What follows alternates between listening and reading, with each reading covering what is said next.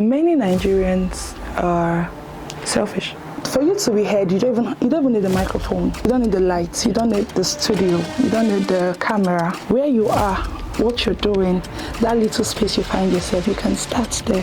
The problem we have right now, even around politics, you see that the promise they give to you during pre-election is not what you're seeing right now. Or my idea towards a good value-driven leadership would be one where your yes is your yes, your no is your no.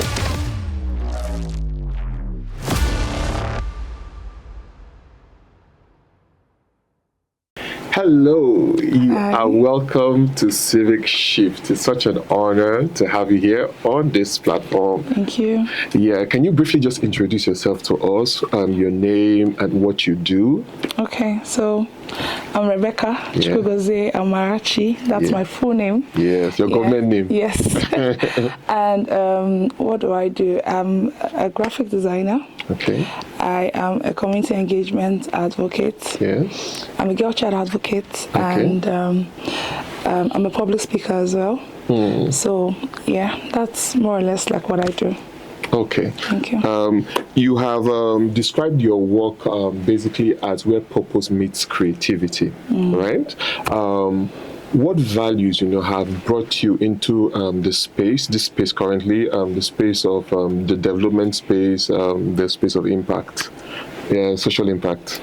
Okay, so when I'm being asked the question concerning values, I take a second to crack my head. That's because there are a lot of values that I work with that's kind of like build me to what I am and what I'm becoming. Okay. But on the issue of civic shift, I'm going to say responsibility, right? So growing up, I used to think that when there's a problem, there should be someone somewhere that would just fix that problem.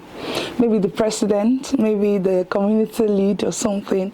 So not until when I went to the university and I saw that problem not finished, right? There's problem every single day. And I woke up one day, and I'm going to just share a very short story. I woke up one day, I was inside a keke tricycle going to my faculty, and there was one other keke somewhere harassing a student. I think I was in my 200 level then. So he was harassing a student, and I just told the guy driving me that he should stop. And I came down to go and talk to that student, talk to the guy, and that was how I bought the market. Now, from that incident, I realized that one of my core values is responsibility, in the sense that I could have just gone about my business. That was not the keke I was in, right? That was not the place I was supposed to be at the time. But at that same time, I found myself talking about the fact that the people in that community had to stop bullying students. So I cannot be in rooms or in the hostels conversing with my classmates, my hostel mates, saying, these guys, they need to stop bullying us. And then when I see an actual case of bully, I just choose to walk away. So I stepped in, bought the market. I was shouting. If you were passing, you would think that I was the person that they were trying to harass. And because of what I did that day, I just realized that, okay, we need to be responsible. We cannot be talking about a change. We cannot be talking about a norm when we are not even actively doing anything. So we're stopping that whole idea of who is to fix this, and we're now saying, how can I contribute to fixing this? So that's one of the core value that makes sense to me. We need to be responsible. I need to be responsible as a citizen in my country or in any place I find myself. I need to be responsible. Awesome. So you have supported projects that influenced inclusion. What do you think is the biggest barrier to inclusivity in Nigeria? Okay, so there are a lot of barriers, but one of the biggest barriers for me would be the social norm, right? If someone walks into this room in a wheelchair, the first thing that would come to a normal human being, or a normal human being would be, nothing good can come out from this person. You just think that because someone is sitting on a wheelchair, the person cannot contribute positively. You just think because this person is a woman, she cannot be the leader of this community. You just think that because this person have one form of disability or one thing or the other that looks restraining, the person do not have so much to give. That's one thing an average Nigerian would do. If we're being honest, if we go to the field and do a research or do a test, you would see that as an issue. So I think one of the barriers to inclusivity is the fact that there's this idea, there's this thinking that these people, they don't have so much to give to the society. Meanwhile, my work in the development space has made me know otherwise. I now know that they are the brightest in the room, right? For instance, when a woman speaks, you can easily tell that this person has something upstairs. You don't have to even doubt, but they're not giving them that opportunity. So I'm going to also link that social norm to the gap between representing the people that are unrepresented or less represented, so actually having them participate actively, right? So that's also a barrier where we just think that we can have maybe someone with a disability in the room, or let's just have a woman in the picture. Let's have this gender balance or something. Let's have this balance. You are putting them there because you're trying to just in the frame, in the picture, give that idea that we are together, we're in this together. Meanwhile, when it's time to participate, you don't want to have them speak. You're not giving them that opportunity to speak, right? So, yeah, that's it. Okay. All right. Thank you. Thank you so much for that response. One of the issues we face currently is that a lot of young people feel unheard. So what practical steps can you suggest, that can actually help young people to move from having that feeling of being unheard to participating, in national development? So when we keep saying a lot of people feel or think or feel that they're unheard, when you say something so much, one of my beliefs, when you say something so much, it becomes a reality. But the truth of the matter is, it is important for us to also agree that there are young people who are changing norms in our society. Okay, agreed. There are young CEOs. You go to an NGO space, like where I work, there are a lot of young people there. They are creating policies, they are coming up with ideas, they are making changes. And you're a young person yourself doing likewise. And I'm a young person, you get my point. So there are a lot of young people who are actually heard, where they speak and their voices matter. But in the cases where some persons still feel like, I don't want to participate, I don't want to even, what is Civic Shift? What are you talking about? They are less bothered, they are unbothered, they don't care, because they feel like there's no point speaking because I'll not be heard. One of the things I'll say to you is that you have to first start where you are. So for you to be heard, you don't even need a microphone. You don't need the lights. You don't need the studio. You don't need the camera. Where you are, what you're doing, that little space you find yourself, you can start there. Right? And by starting there, it means in that your little room, wherever you find yourself, little or big, you are speaking. What is that issue around you?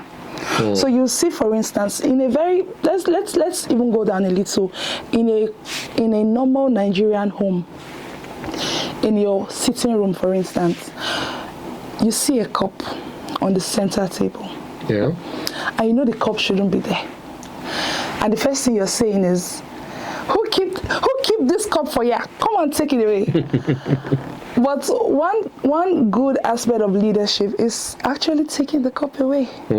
Someone there has seen that you've taken the cup away. Next time, the actual person that dropped that cup there maybe they will keep it, and then they'll say, if Rebecca comes, she won't like this here. I don't want her wahala. You just take it. In that way, you don't know, you're already changing a narrative. So in that your church, in your mosque, in that little space in your society, you must start there. Another step that we have to start taking as young people is to learn the act of collaborating. You can't do it on your own. Even the big guys up there, they don't do it by themselves. They don't do it on their own. So you see, when a governor or a president comes on board, he would appoint his ministers. there are senators that have been elected. He will appoint SSAs. I mean, he's the president. He can do it himself. He should do it himself, right? But he needs people. So you yourself, you need to collaborate. You have an idea. Who are you talking to? Right? And that's your community. Again, you don't need the stage. The stage is going to come. People that have the stage now, go and ask them. At some point in their life, they were talking at the back end. They were behind the stage at some point, doing the little work. Right? So the barrier, the setback that we have is that a lot of smart people, they have the idea. They say one day, no worry, one day, when I become president. Now, let me just chip this in. You remember the day I said I had to stop at the keke and go and fight for a fellow student as a 200 level student now. Then I had not even nursed the idea to run for vice president, student union government.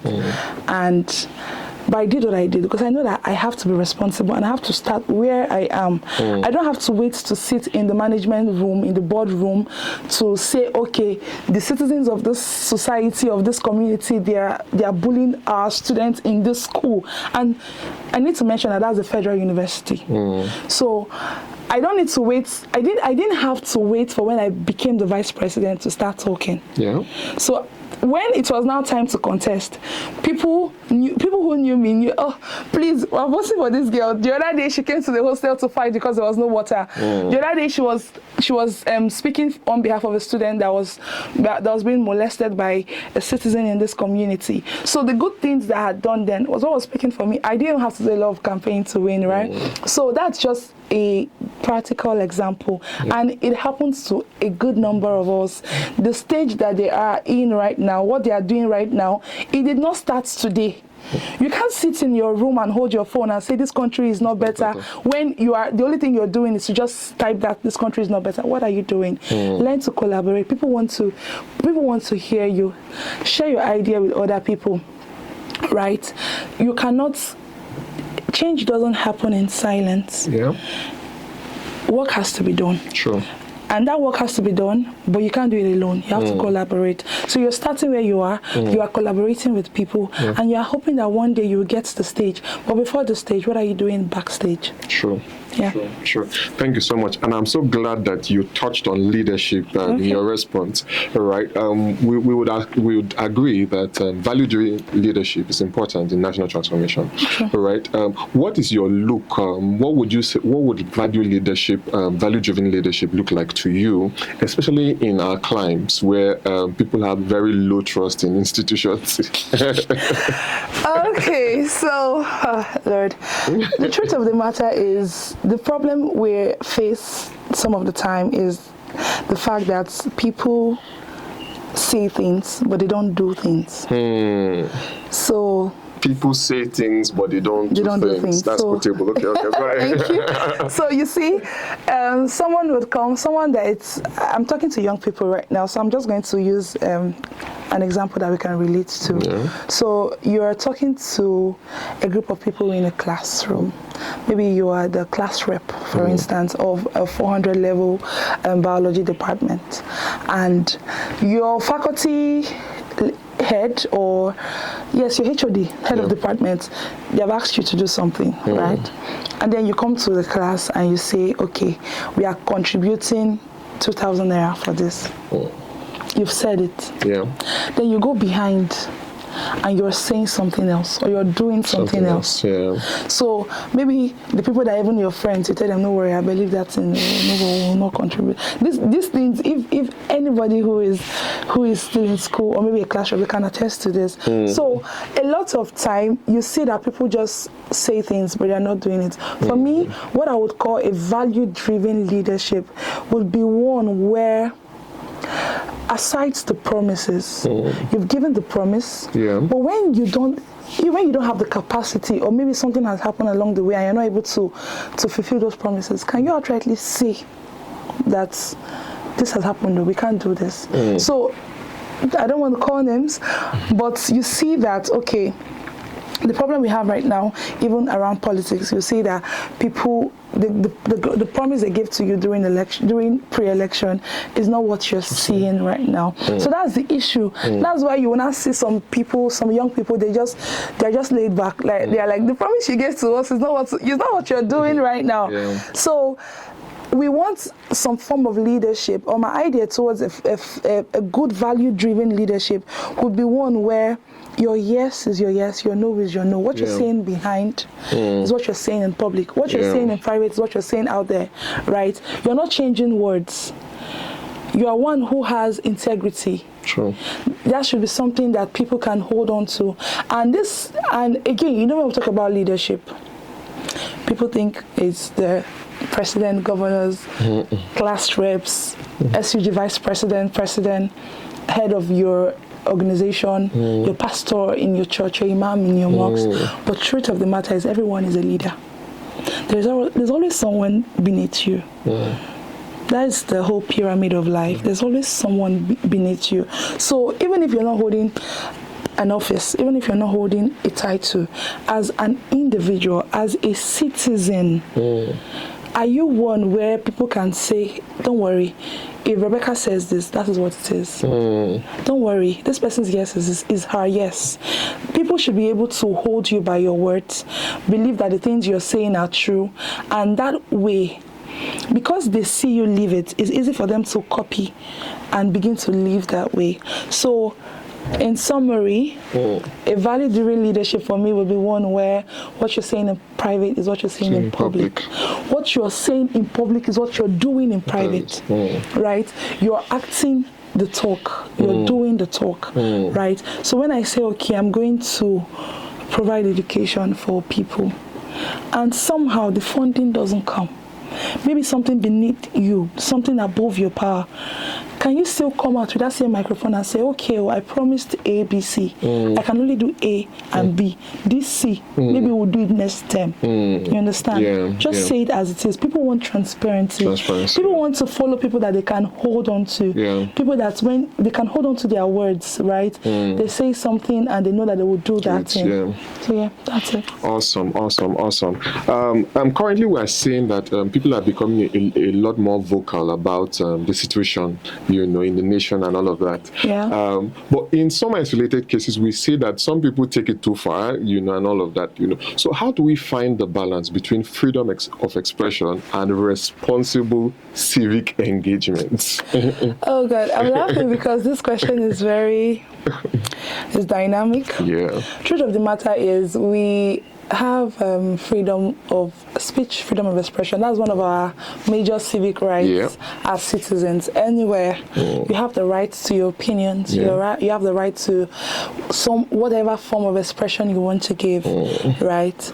But we're people who are now advocating for the right things. We're saying that, okay, there have to be some form of civic inclusion and all of those. The easiest way to find a balance is in that freedom of speech that you're trying to exercise. You have to exercise it responsibly. So for instance, you have a digital phone and you're about to tweet something on X or you're about to type something on Facebook. Nobody is going to stop you, truth of the matter.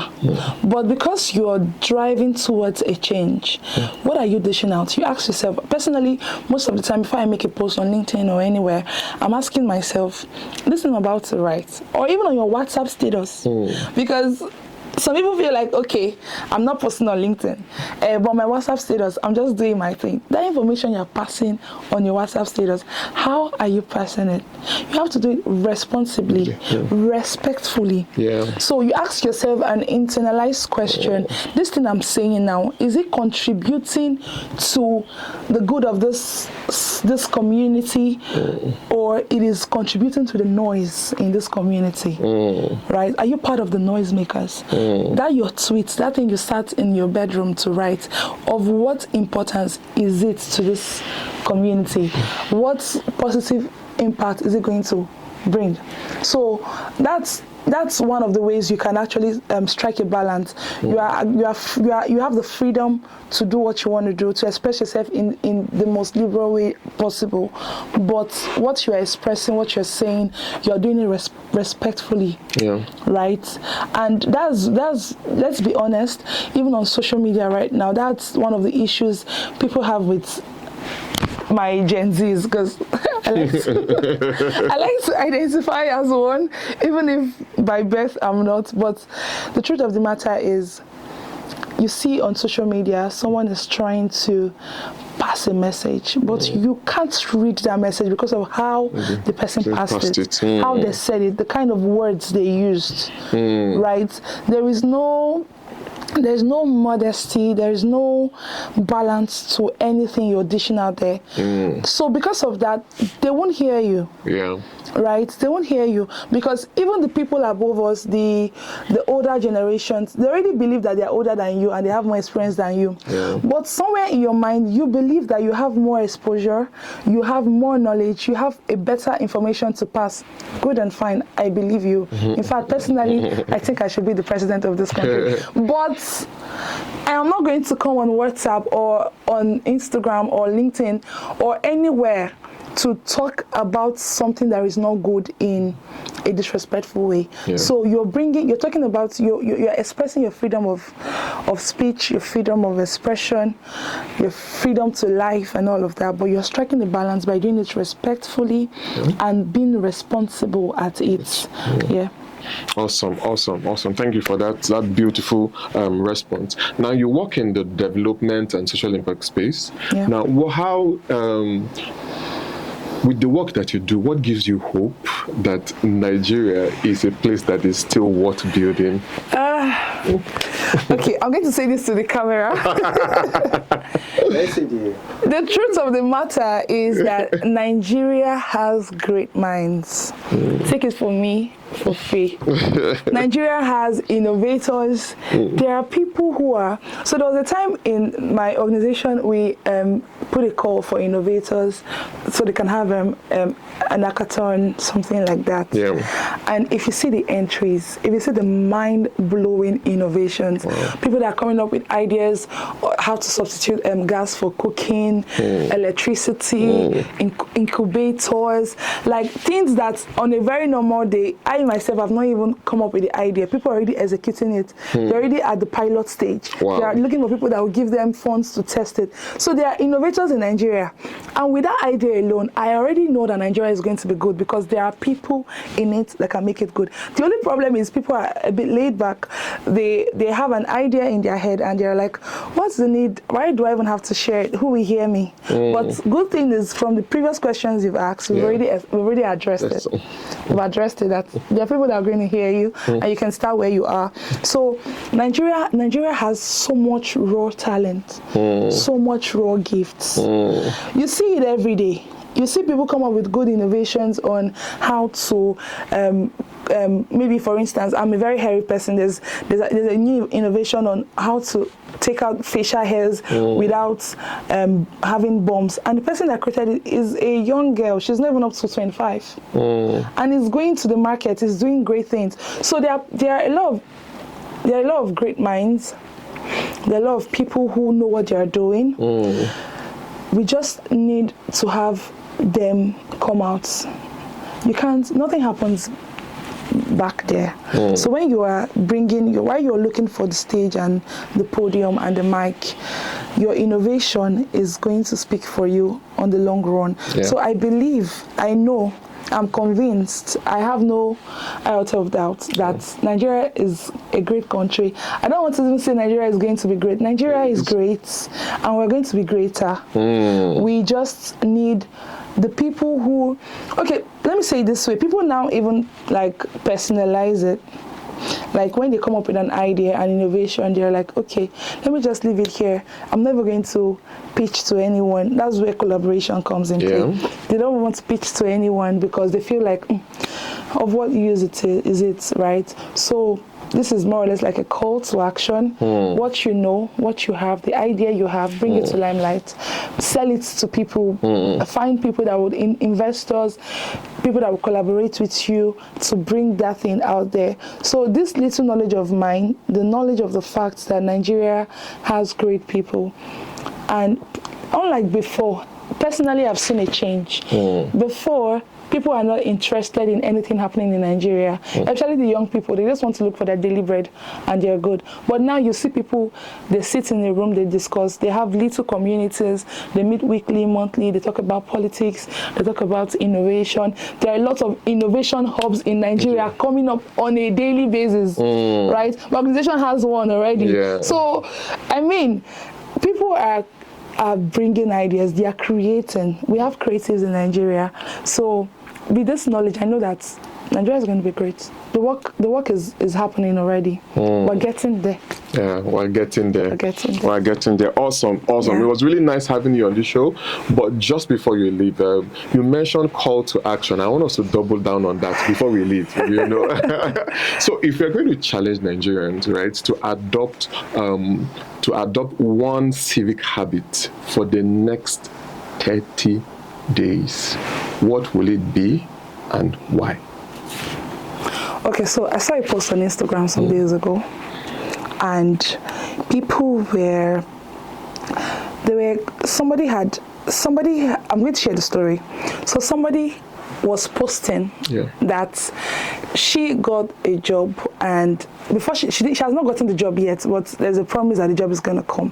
But the person that is linking her to the job is saying that that girl would give her some certain percentage of her salary.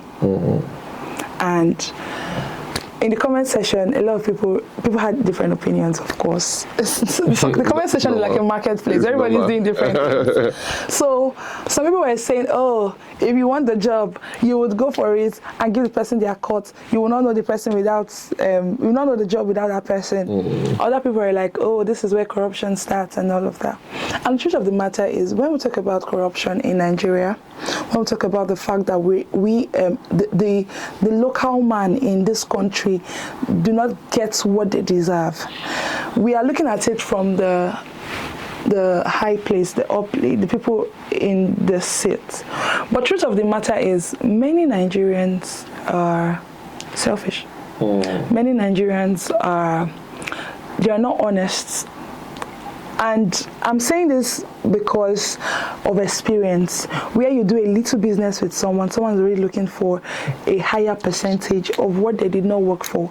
So you realize that it is because they don't have the opportunity to sit in some high seats, some very high seats, and that's why it's looking as though they are honest people. You go to the market, it's your fellow man that will cheat you in the market. When they know that this is supposed to be sold for 10 naira, they will tell you that it is 1,000 naira. But one of that value that I would say, okay, if you know you want something better in this country, you have to be a person of high integrity. High integrity. Tell yourself, others may, I will not. Because the change begins with you. You know, the whole thing that we talk about, the change beginning with you, is not a cliche, it's actually fact. It begins with you. So by the time, for instance, I, as a person, I refuse to steal, or I refuse to lie, I choose integrity over dishonesty. You that have maybe tried to cajole me to being dishonest, somehow something happens to you. You have a reason to change, because I am changed, right? And that's where the progression happens. You know, we keep talking about the fact that the youth are the leaders of tomorrow. The truth of the matter is that the youth are the leaders of today. We're already leading today. I'd mentioned before that you don't have to wait for a political title or an office to be a leader, right? We're already leading today. You have your small business as an entrepreneur that you are running. You're a CEO, only you CEO, logistics person, only you is in the center of that your little business. You are a leader, right? So in that your business that you're doing, just try for the next 30 days. Say, okay, I'm not going to lie. I'm going to be honest. I'm preaching that my leaders should do the right thing. I, as an individual, as a citizen, I will do the right thing. Because we are young, we have the energy, and truly we have the capacity to be truthful. We have the capacity to be respectful. We have the capacity to choose integrity over all of these things that are happening. So by the time 1, 2, 3 people in a community choose integrity, you realize that it multiplies. That's the rule of multiplication. Show that. It multiplies, you understand? That iron will sharpen another iron, and they're already moving towards perfection. So we should just try. In the next 30 days, I'm personally, I'm choosing to be honest, right? It's not easy. I mean, there's an easier route to but then when you follow the easier route, you meet a repercussion later, and those repercussions are spoiled countries, your economy not growing, young people not sitting in political offices. Those are the repercussions, because they can't even trust you to give you a title or give you a position, because in the little that they've given to you, there have not been any show of honesty, of truthfulness, of accountability, of responsibility. All of this, I don't know. I think integrity is a very big word. I'm just trying to call other little values to just put it inside of it, that you can just find a way to tell yourself, even in my business, in school, I'm not going to lie, in the next 30 days, in my office, I'm just going to show some form of integrity. Let your yes be your yes. Let people know you as that person that would say a thing and it is what it is. I had mentioned before now that people have an issue with our leaders giving us a promise pre-election and doing something else post-election. You, as an individual, you are also doing the same thing. You should choose not to behave that way. What you're saying should be what you're doing. Awesome. Choose to be a man and woman of integrity. Yes. Awesome. Thank you so much, Rebecca. It was a pleasure having you on today's show. Thank you. I'm looking forward to the great things that you continue doing in your space. Awesome. Thank you. So this was Civic Shift, where young Nigerians stop waiting for change and start creating it. I believe you are empowered to go and create change out there in the world. Looking forward to the awesome and great things that you will do with this. Cheers.